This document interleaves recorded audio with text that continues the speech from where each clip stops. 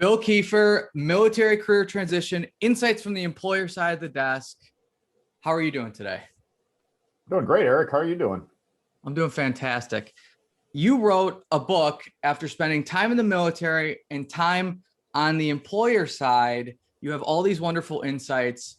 Why do you continue to want to help and support veterans even after all these years? Yeah, no, it's a great question. I have a real passion for military service and military veterans. I come from a long line of military members. We've traced our military legacy back to the 1870s out in the Dakotas. I did 12 years active duty Army as a logistics officer, mostly out with light infantry divisions. I have three sons who are in or have served in the military, two still in. And I went through a horrible transition. And I don't want that to happen to other folks that have yet to transition.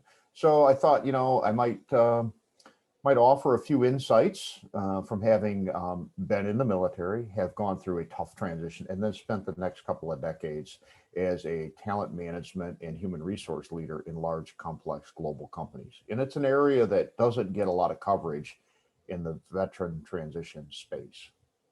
One of the areas that I noticed you're very good at is LinkedIn. That's how we connected.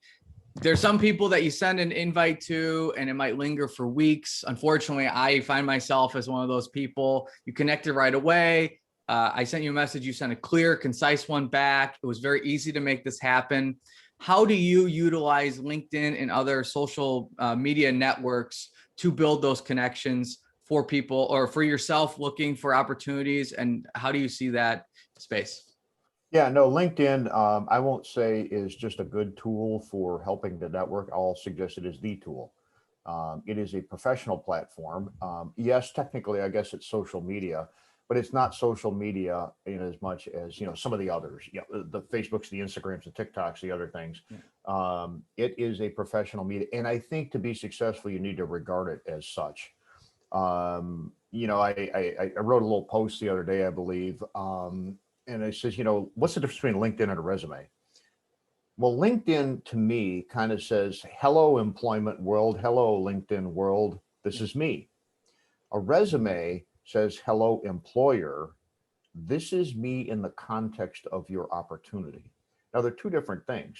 When you're in career transition, there's many things you need to focus on, but two of the root things you need to focus on is learning, knowing new things, and getting known.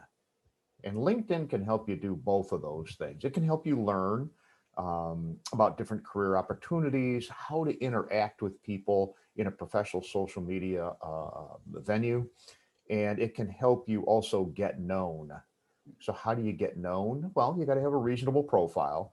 And I always tell people, don't wait to get on there until you've got the perfect profile, because the perfect profile doesn't exist. Yeah. But think about getting a good profile, a professional photo, or at least a professional looking photo. I don't mean you have to go hire a photographer. A headshot, kind of like the views you see now on the video here. Head and shoulders, properly dressed, and get some clear, concise, complete statement of who you are and what you want the employment world to know about you. The other bit is to remember it's not a static tool. Yeah. LinkedIn is dynamic. It's kind of an evergreen kind of thing. And the comments you make, the folks you connect with, the content that you post starts to tell a story, and it starts to create a brand for you.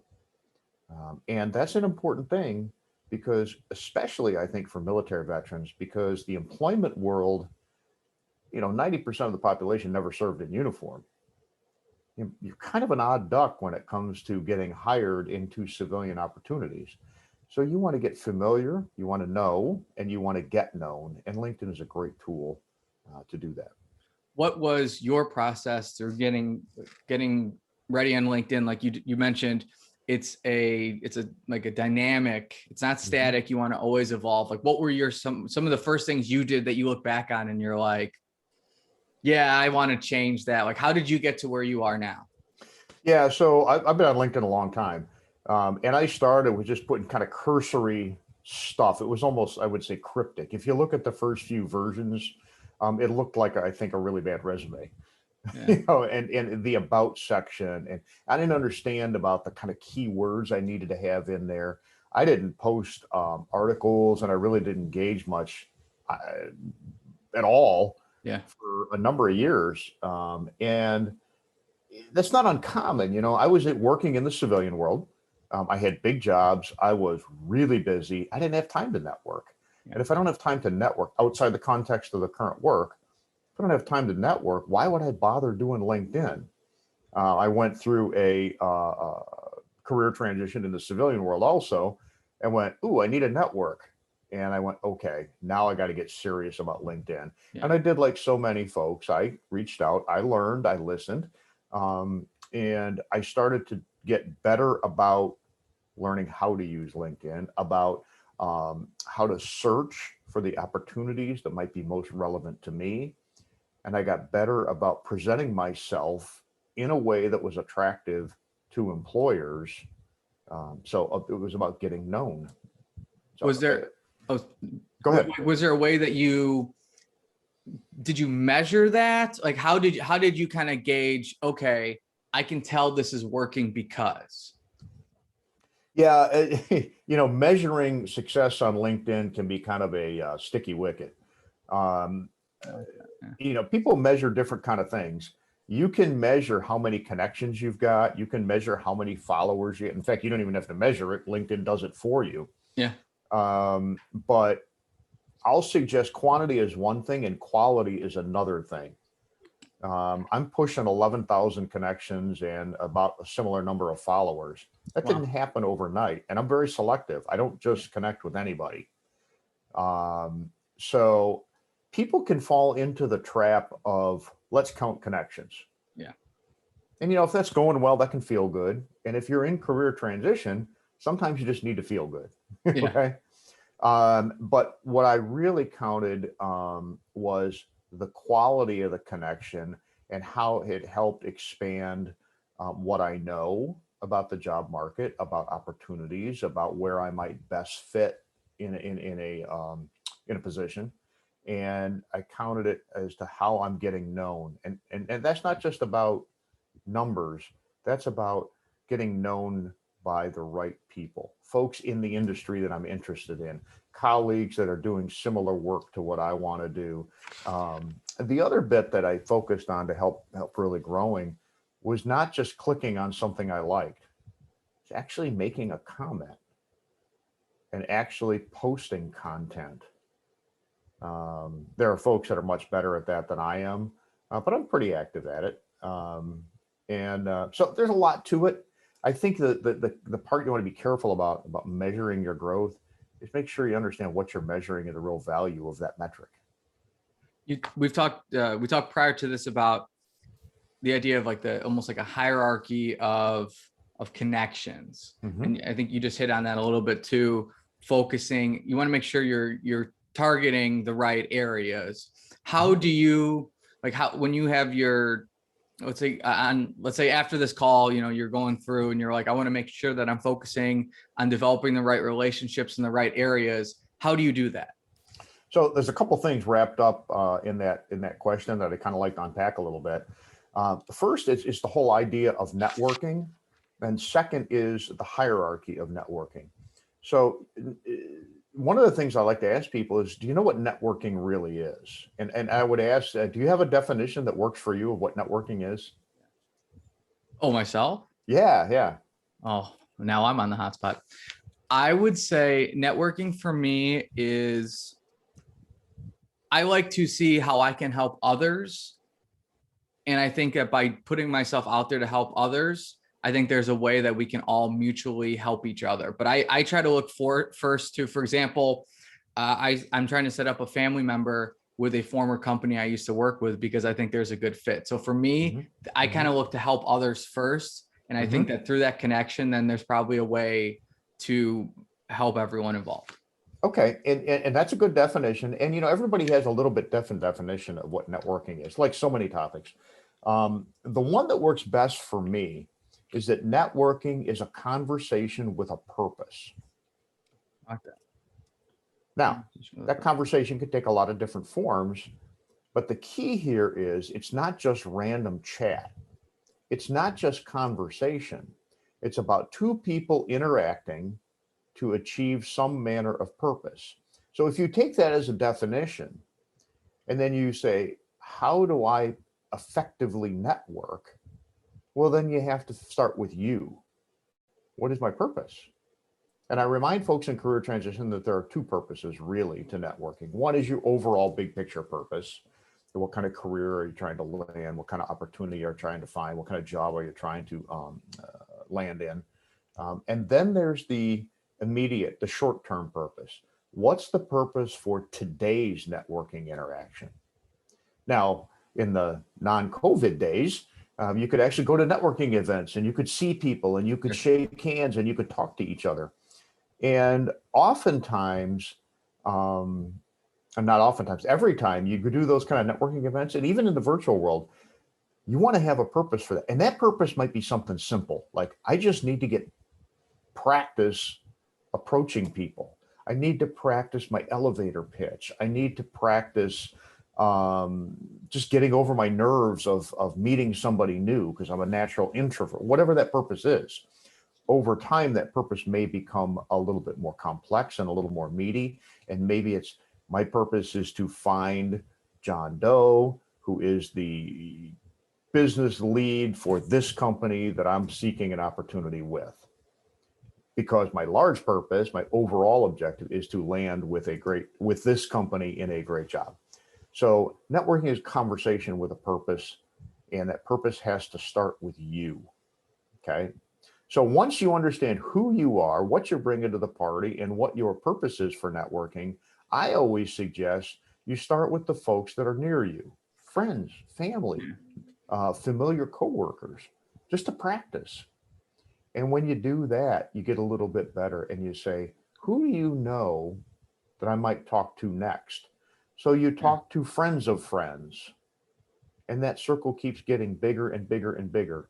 And your capability keeps getting better and better and better until at some point you're capable and comfortable of meeting with folks that you've never met with before and telling your story effectively to complete strangers so you can achieve your overall purpose. That's the whole, how do you go about networking? Now, once you do all that work, people, I believe, in your networking sphere go through a hierarchy of growth. First there's some kind of awareness. Somebody introduced you to somebody or said, "Ooh, hey, I met Eric. You might want to talk to him." You just know somebody exists. Maybe you saw something on LinkedIn. Sure. Then there has to be contact. And I think LinkedIn kind of did a disservice by calling everybody a connection. I don't think we're all connections. Yeah. There's contacts, and I liken it to riding in the L or in a subway somewhere. You bump into people.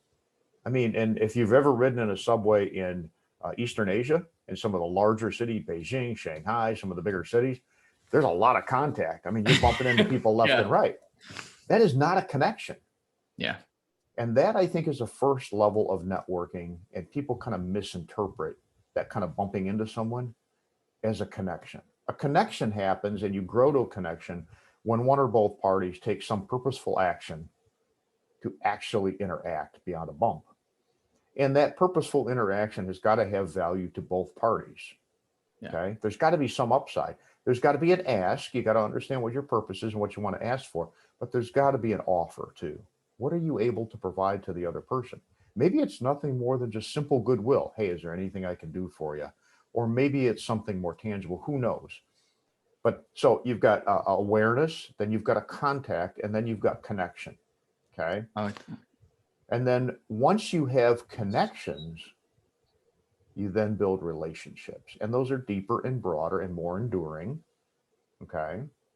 And they're mutually beneficial, like any good relationship. Yeah.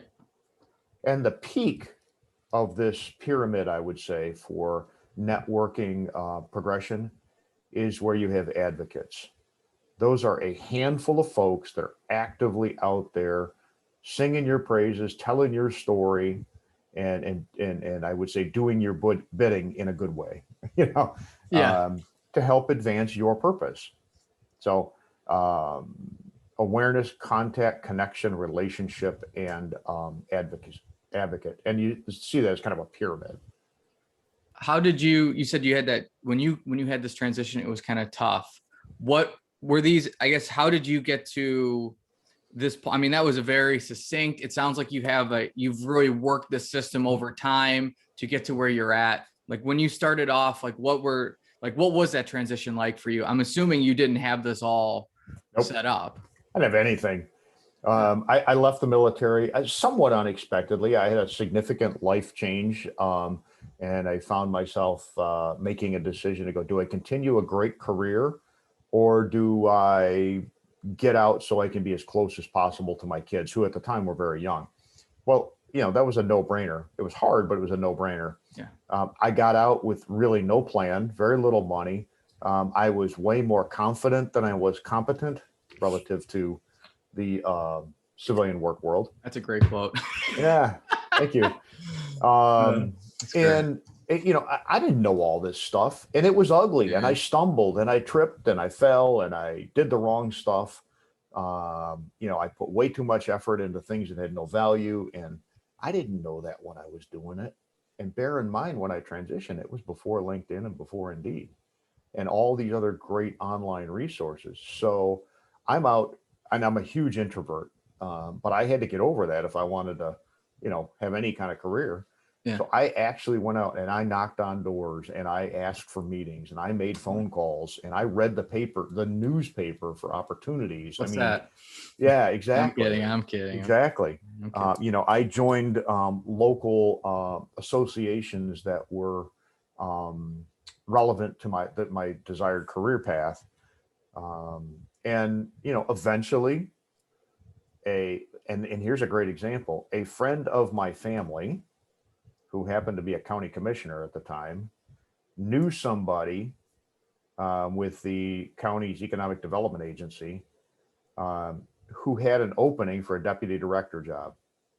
So that guy talked to the employer, who talked to me, and he talked to me, and he brokered a meeting, and over a series of interview steps, I wound up getting the job. Now, I didn't know jobs like that existed. Yeah. I had no experience whatsoever in local, county, or state government. I'm not an economic development guy, but they saw something in me that caused them to go, I think you're the right guy for what we need. I'm relatively organized. I could take a whole lot of data and put it together real well. I'm not a techno geek, but I can put things together. Yeah. I could carry a conversation. I could meet with people. I understood math and finance well enough to know that, more money coming into the county is better than not having it. I mean, so, yeah. But it was all hard work. And through the experiences that I had over time, I kind of reflected and wound up creating the models that I described at the front of this conversation. But I tripped all over the place. I was a hot mess. I had a similar situation where I used to be in wealth management. I graduated law school, and then I went into wealth management. Mm-hmm. I needed a job. I did a JD MBA program. I thought, okay, sounds good.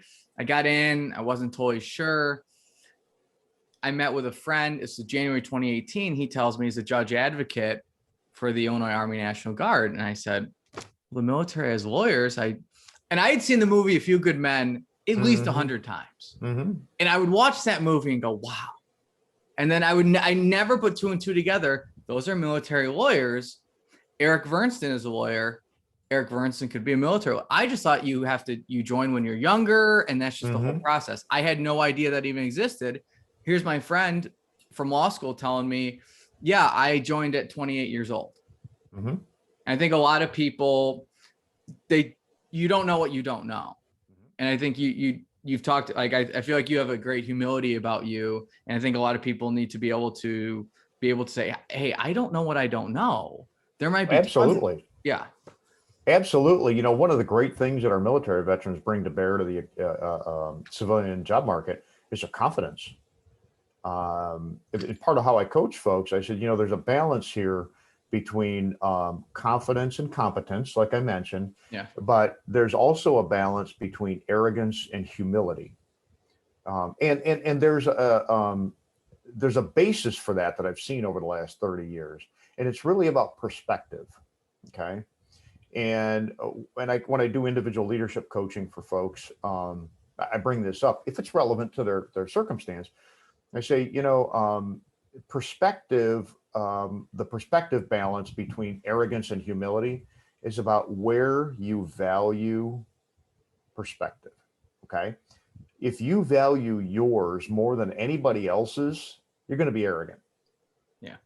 If you value others far more than your own, you're going to be overly humble. Yeah. So you got to strike that balance where you're kind of in that sweet spot of confident, but not cocky. How do you help people get there? Well, there's a lot of interventions that based on who the person is, what their circumstance is, where they're coming from, and where they're going to. But we really break it down and say, okay, so here's a situation. Tell me about how you see this. And if I hear them talking about me, and here's what I can do, and here's where they're wrong. If they're calling the baby ugly, they're probably a little bit more on the arrogant side than the humble side. So, it's one intervention. It really varies, but it really is about understanding your perspective. Now, I'll tell you, when I came out, I was probably a little cocky. I was a commissioned officer for 12 years. I'd been selected for promotion to major. I had seen and done great things around the world. I was pretty well awarded and decorated. Every job I had, I got some kind of kudos for it. Yeah. They assigned me to the Logistics Management Center to help co-create and teach. Then they called it the Combined Logistics Officer Advanced Course. I was their instructor of the year. So, I'm used to being an achiever. Unfortunately, in the civilian world, what I counted as achievements, they had never heard of. Yeah. So, it matters. If you're playing hockey, it really doesn't matter if you win the Lombardi Trophy. It doesn't matter. Yeah. I'm playing hockey. What do I care? Yeah. And if you're playing cricket, they probably don't know what the Stanley Cup is. So you got to understand others' perspectives. And I think it's important for military veterans and career transition to understand. It's one of the reasons I wrote the book, is because the employers have the jobs. If you're looking for a job, you might want to know and get familiar with and understand those people that actually hold that what you want. Let's talk about the book. So what are some other key takeaways, without giving away everything, but what are some other key takeaways from the book that you think are very important? Not only that, whether it be for someone transitioning or maybe someone hearing this who is in HR at a company and they maybe something unique about veterans they don't know. Yeah, no, that's great. So the book's got 151, not because of the rum, but 151, it's just incidental, 151 insights that I've gathered over the years.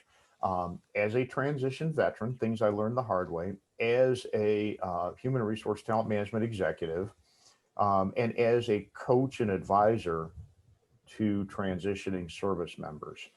And it ranges from a number of topics. I start with general business awareness things. What does this new world look like? What are some things that employers attend to and are important to employers?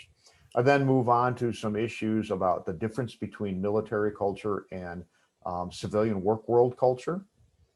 We talk about networking. We talk about the transition environment, I call it, because it's a thing unto itself. And then we talk about how recruiting and talent acquisition and interviewing really works. The basic models of here's the process, folks. And the root of the whole thing, kind of starts with, employers have job openings for a reason. There's work that needs to be done. And those job openings occur for myriad reasons. Maybe there's a new technology, maybe somebody left. There are all kinds of reasons why a job opening exists. It's not because you need a job. Yeah.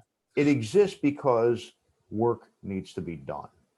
The other thing I focus on in here is that there's really only two things that the whole search, interview, acquisition process, there's only two questions it's trying to answer.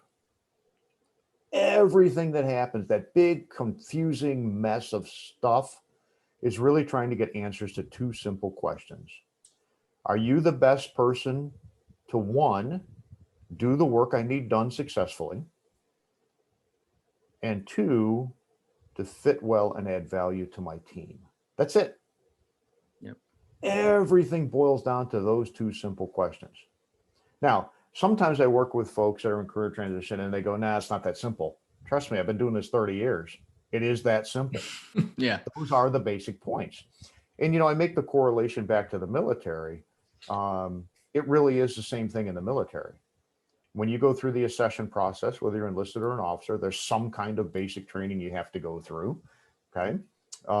And that's all about proving whether or not you're going to be the best person to do the work they need done and whether you're going to fit well and add value to the culture. It really is the same thing.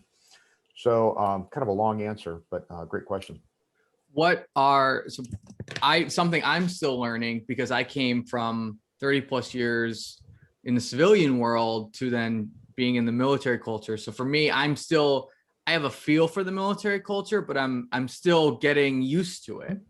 What are some things that you've noticed, whether it be from your experience or others, that I guess I'd start with military members? What's maybe would say one or two key things they need to learn?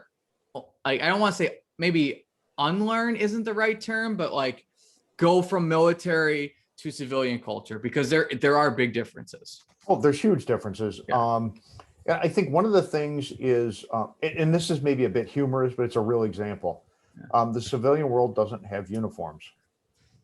Yeah. Now that sounds really simple, but I'll suggest that it impacts how you socialize and it impacts how you make decisions. Yeah. So you go into a military meeting and you're with, staff meeting, and you've got, a dozen, 15, 20 people in the room, right?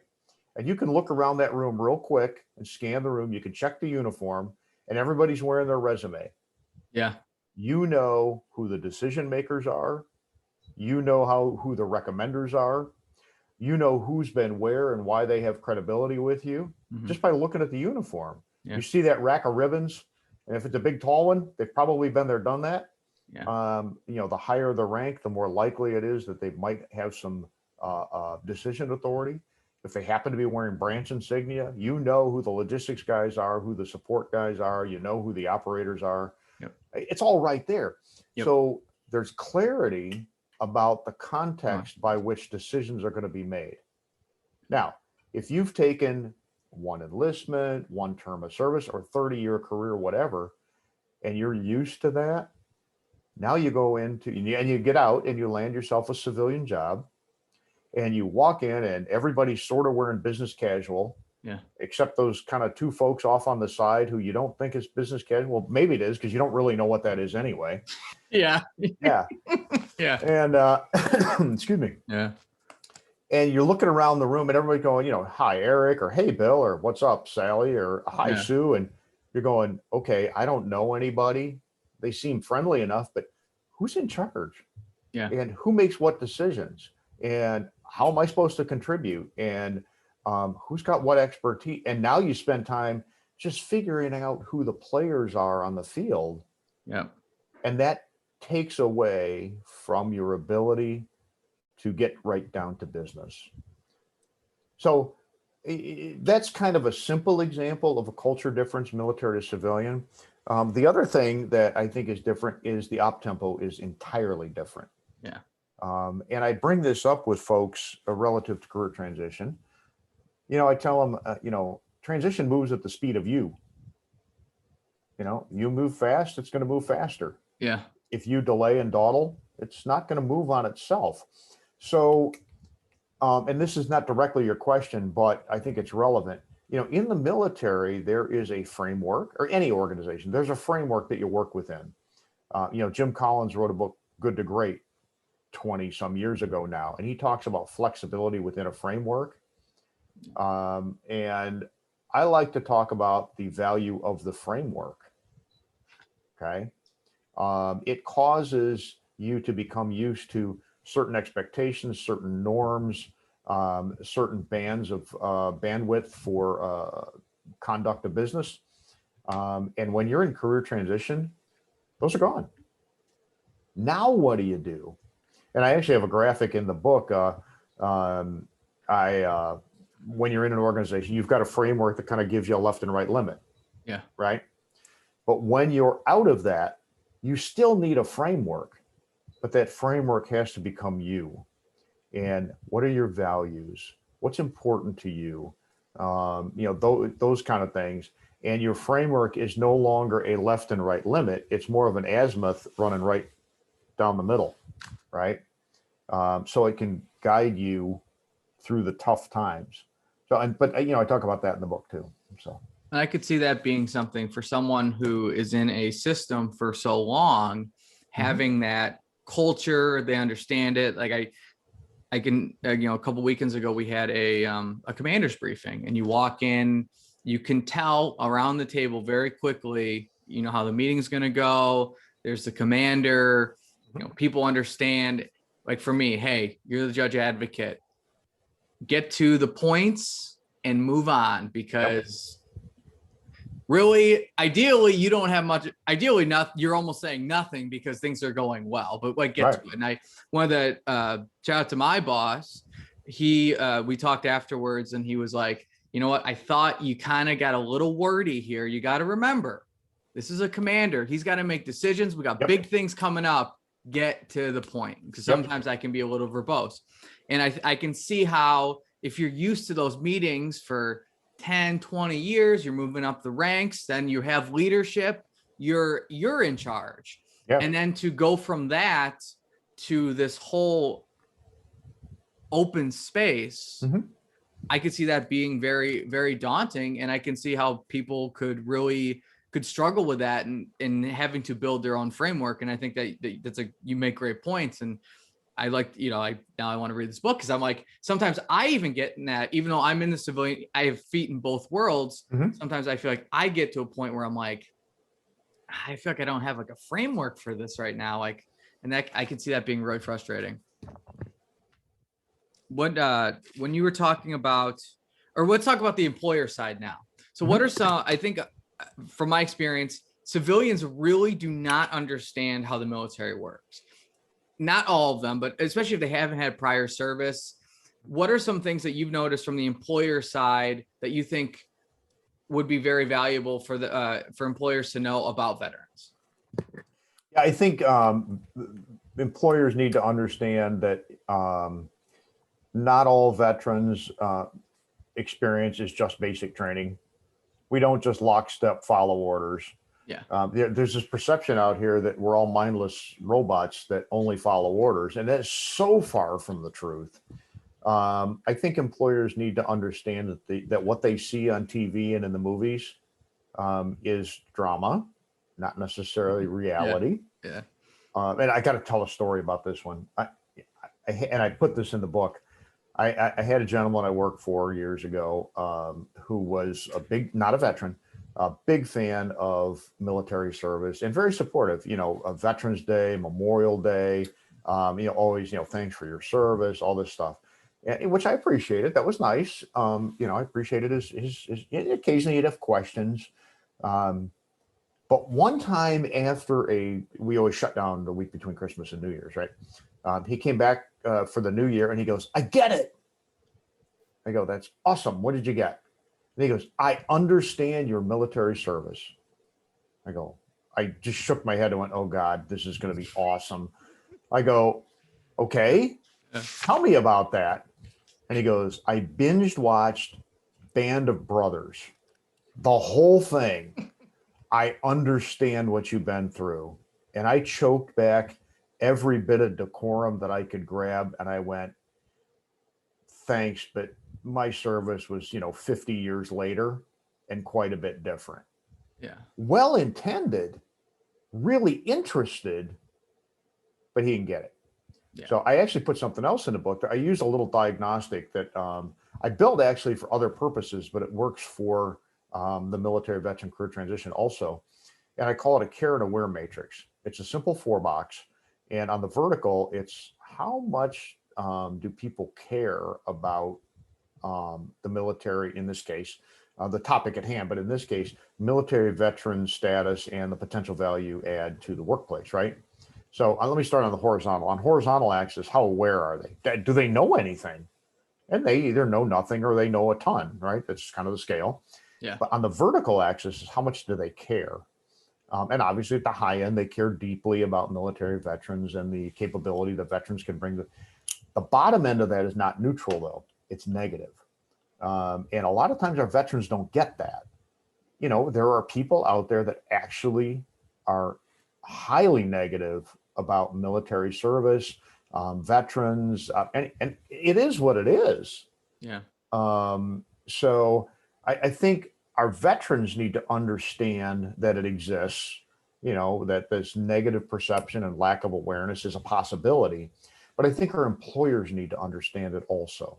Because when employers are considering whether they really want to get into veteran hiring as a talent acquisition strategy, they need to understand the state of their organization. Is this going to truly add value to our culture and our organization? And is the addition of this talent going to be an easy thing for the group? Or is this something that our group is like, you know, by and large, we don't know much and we don't want veterans around. We don't like them because, you know, they're all combat veterans and they all have PTSD and they're all just robots and, you know, all the common stuff that's really not accurate. So employers need to understand that before they start bringing veterans, or you run into a whole lot of negative result from a very well-intended action. One of the things I found in my experiences, I'm very thankful. I have a very supportive employer of my service, and because I've had to go away a couple times now, and I haven't even been there that long, but I know other people that are in roles where it's almost openly antagonistic. It's not to the point where it's like lawsuit antagonistic, but it's to the point where it's like, oh, you've got that again. And that is something that and it can be uncomfortable. And I think that you hit it right on the head. Like they're like the fit between the organization, the person. And even if someone does seem like it's a good role and it's a good fit, having that, you know, that flexibility that people learn in the military might be a good, you know, keep that with them, because it's a transition, right? It's a scale. Maybe the first role or two doesn't work out, and maybe the first industry doesn't work out, and being able to have that resiliency and being able to lean on that, I think is very important. Yeah, was it Syracuse University, IVMF, Institute of Veterans and Military Families? They've got a study out that's maybe been updated from this, but they showed that in the first year, over 40% of veterans leave their first civilian job within a year. Within 2 years, 80% leave. Wow. Now, why is that? There's a lot of reasons. And quite frankly, it's not all that dissimilar from college graduates. I mean, it's higher, but it's not that much higher. Yeah. But it's really about the newly transitioned veteran not understanding truly what they want in most cases, and what the civilian work world's really like. So, you know, you kind of get one to grow on, you know, and it doesn't mean they fail. Yeah. It doesn't mean they don't do a good job. It means, you know, some of them might fail. I mean, we're all human beings. No, you know, we're not perfect. But by and large, because they go, you know what, this isn't what I thought it was. And now that I've got a year immersed in the commercial world, I see these opportunities, and that's a better fit for me. And that's okay. Yeah. What I'm trying to do is help get our service members and soon to be veterans a little bit more aware of what transition looks like and how to consider the civilian world. So maybe they don't have to take a year or make a change, you know, a year into their first job. So anyway. What was it like for your transition, not from the military to the corporate world, but from the corporate world to what you're doing now? Because that's a huge, I mean, there's no net, there's no rope, you have no backstop right now. What was that like? Well, yeah, and it's good. You know, it actually wrote a little article about this a while ago about having choices and having options. We always have choices. Okay. we can always choose something, but we don't always have options. And options are what you create. So I transitioned from the military to the civilian world. And I went from civilian employment in a county level government, pseudo governmental thing to corporate America. And then I did a transition from corporate to corporate. I did two of those. Wait a minute, I did one. Yeah, I did two of those. And then I did transition from corporate to entrepreneurship. So I've seen transition from a lot of different angles here. Sure. Yeah. Seriously. The scariest one was the military to civilian. Scariest one. Okay. Interesting. The next scariest one was corporate to entrepreneurship. Okay. It's because I didn't truly know what I was getting into, military civilian world. I mean, I really didn't know what I was getting into. Corporate to corporate, it's a little unnerving because those kind of things can happen with or without warning. And you can be doing great things and business just shifts, and guess what? You're out of a job. Yep. So the shift from corporate to entrepreneurship was purposeful on my part. This is something I've always wanted to do. And quite frankly, after 22 years of 70-hour weeks and traveling 50 to 75% of the time around the world, I got tired of it. Yeah. I just got tired of it. But it wasn't as scary as it could have been because I planned pretty well. I created myself some options. Yeah. Right. I always had the choice to go out in corporate America. I could have done, or out of corporate America. I could have done it at any time. But I knew that I needed to have a certain set of family life and financial conditions in place for me to be comfortable enough to do it. And in 2018, I got to a point where I balanced everything out, went, you know what? Close enough. Let's give it a shot. I love that. Yeah. Close enough. Yeah.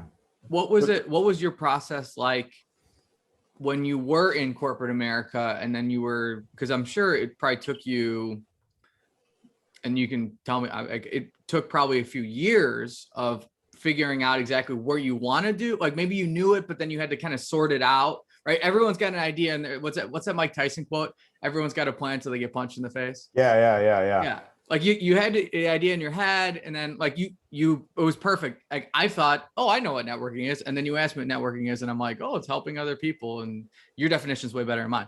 So what was your process like? Because I'm sure there's some people out there, whether they're, ideally, I don't know what they would be if they're not listening or reading your book, but there'll be people out there that are, maybe they want to transition to entrepreneurship. Like what was your specific process like going like, because you said it's 70-hour week, 70-hour work weeks. You have that, you had your family, like where did you try to carve out time and find your best efficiencies to work on that project? Because I guess that could work too. If you're in the military and you want to do something on the civilian side, you got to figure out how to carve out that time and do the learning, whether it be reading your book, building your network. Like, how did you do that? Yeah. So, and I learned it kind of the hard way, but I started dedicating. You realize how much time we waste in a day? I don't even want to know. I mean, it's an amazing amount of time we waste in a day. And I had a boss years ago, a CEO at a transportation supply chain logistics company, and he had a great kind of an icebreaker with didn't matter what level you worked at. He'd always go, hey, Bill, how you doing? Are you busy or are you adding value? I like that. Yeah. And I thought, that is a genius question. And he had great follow-ups to it. Yeah. If you said you're busy, he goes, well, busy doing what? And is that really adding value? And if it's not adding value, what else could you be doing to add value? Yeah.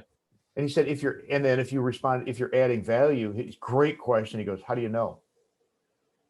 It talked about communication and it talked about alignment of goals and understanding. It was a great question. So having had that very fortunate circumstance to learn just that simple concept from a great leader, I applied it to how am I going to go about actually getting to this entrepreneurial state? Yeah. And I started a long time ago. It's like, well, and I leveraged that against, again, another Jim Cotter model, which is interesting because it's he wrote that book for organizations, not for individuals. but I translated it over to my own individual situation. And there's really, I think he calls it the hedgehog concept, but there's three things that you intersect. And I'm paraphrasing it, but what are you passionate about? What gets you going in the morning? You know, what do Yeah. you really give a damn about?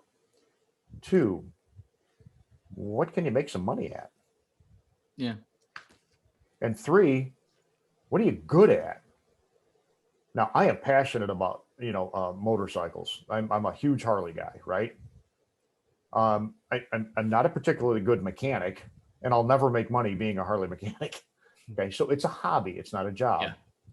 But I am passionate about leadership development, about helping veterans succeed. I'm pretty damn good at talent management and leadership training and leadership development and coaching and advising. And I found you can actually make money doing that if you do it well and you market right. Okay. So I took some time and I've been developing the thought over years. I just didn't wake up one day and go, oh, I'm done. Let's go dive in the deep end of the pool and hope something good happens. Yeah. Okay. So I created myself some options over a period of time and got clarity about what it is I want to do. I could have done a lot of things, but I knew this is what I wanted. And I knew it met those three criteria. The other thing I measured it against is, again, another three-step model. It's kind of similar, but a little bit different. Is, what am I passionate about? What am I able to do? And why would somebody employ me to do it? Yeah. That gets to what's your value proposition. One of the things I didn't properly estimate is the competition in this market. I am a for-profit. I'm not a nonprofit. I like running water and electricity. There are over 40,000 registered nonprofits in America that allege to help veterans in various ways. I was a little shy on my research for the volume and impact of my competition. Sure. But I learned over time. So again, a long answer to a great question. We've talked a lot about your experiences, the book. You have this, you are a leader. You've become a leader in multiple spaces. You're a leader in the military. You're a leader in the corporate world. Actually, before the corporate world, I would say, I'm guessing, leader in the, would you call it the quasi? It's a pseudo-governmental agency. Pseudo-governmental agency, which is another interesting transition. I don't want to get to, but like government to corporate, I'm sure was an interesting one. And now you're a leader in this military transition space. We talked briefly before about some of your prior experiences. You had this great story about your time in Hurricane Andrew. I was hoping you could share that. Yeah, I could. One of the things that sometimes is daunting for folks in career transition is this whole issue of multitasking, because you still have work to do and you want to be successful at your current job. And perhaps you got family, family you need to attend to, and you want to be somewhere in the future. And then you got this transition thing in the middle. So things start to stack up. Yeah. So, multitasking and prioritizing and understanding how to get through your day, your weeks, your months can be a bit of a challenge.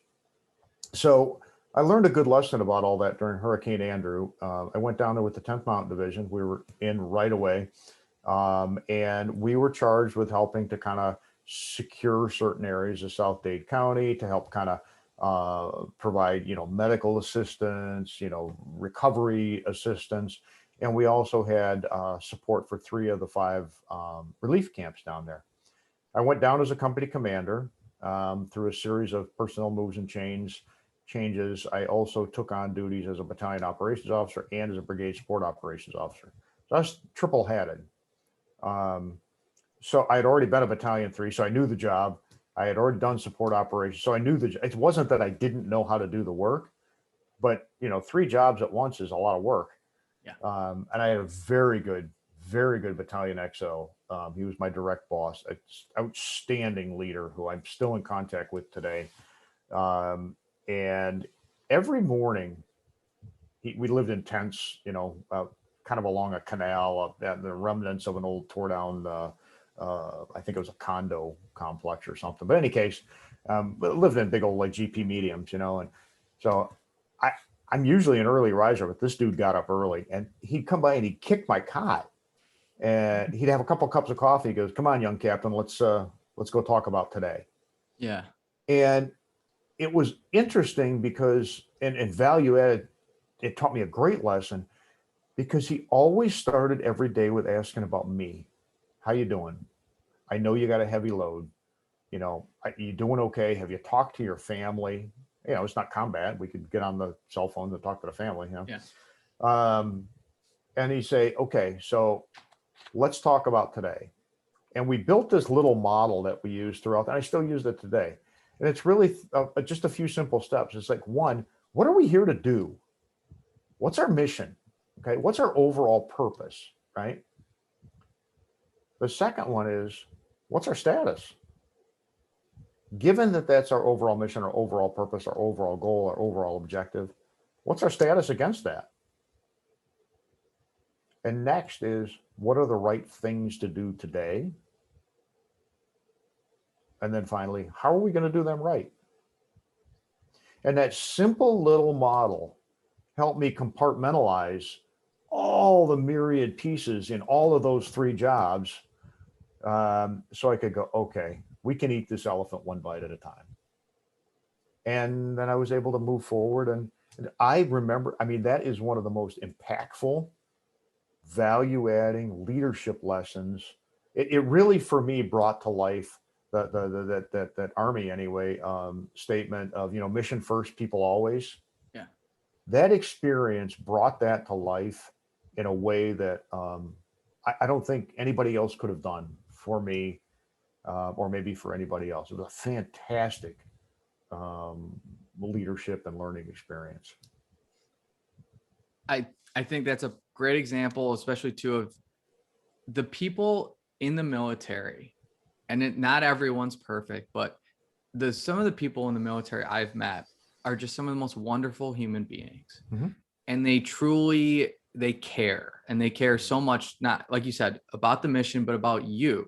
Mm-hmm. And those are the real special leaders. And that's one of the things that jumped out about you. And one of the reasons I want to thank you for coming on and sharing all this is that you truly care. And it jumps through your LinkedIn, through conversing with you. And I want to thank you for just being so dedicated to helping people that are just wonderful human beings. I can't tell you, one of my first experiences, and I'll bring up my boss again because I'll give him a shout out. I really like the guy. And I'm not just trying to suck up because he's the, you know, Brigade JJ, but one of my first, so this is before COVID. So my first drill was October 2019, to put that in perspective. So I show up in a suit, and one of the first things I see is a PT test. I'm like, why are all these people dressed up like my high school gym class? Like, you know, and I'm like, oh yeah. And then, you know, a few later on, you know, I'm doing that. It was around the holidays. Mm-hmm. And it was December 2019, and the officer served food. Mm-hmm. And he was like, we eat last. Mm-hmm. And then I will eat after you because I'm your leader, and we, you know, leaders eat last. Mm-hmm. And I think that lessons like that are just so important. I think that the value employers can get when there's the right fit from working with veterans, and some of the leadership lessons that veterans have, and when they're comfortable and unpacking those, I think you can really add a lot to an organization. And I love what you're doing. I think it's amazing. Bill, you're awesome. Thank you so much for coming on. Anything, any kind of final thoughts? I know we talked a lot. We talked before. Anything else you want to kind of add? I know the book's coming out in July. Anything you want to plug? Yeah, no, I'd like to think there's a tremendous amount of value. So, I hope everybody gets on Amazon. It'll be on ebook, Kindle, and on paperback. I hope everybody gets on and buys a copy, quite frankly. I think there's value to folks that really deserve and need, kind of a hand. This is my attempt to give folks a hand up, I'm on LinkedIn. I'm all over LinkedIn.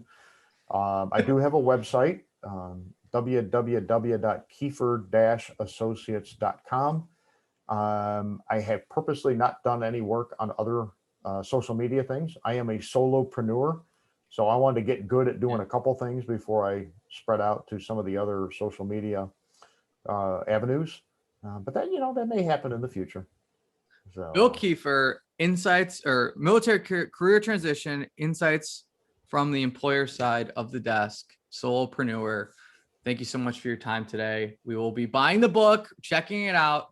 And because this podcast will be around the 4th of July, I hope everyone has a fun 4th of July holiday weekend, especially you, Bill. You work so hard. I hope you get a little bit of time to enjoy everything. thank you, Eric. I appreciate the opportunity, and keep up the fire, man. You're doing great work. I appreciate it. Take care.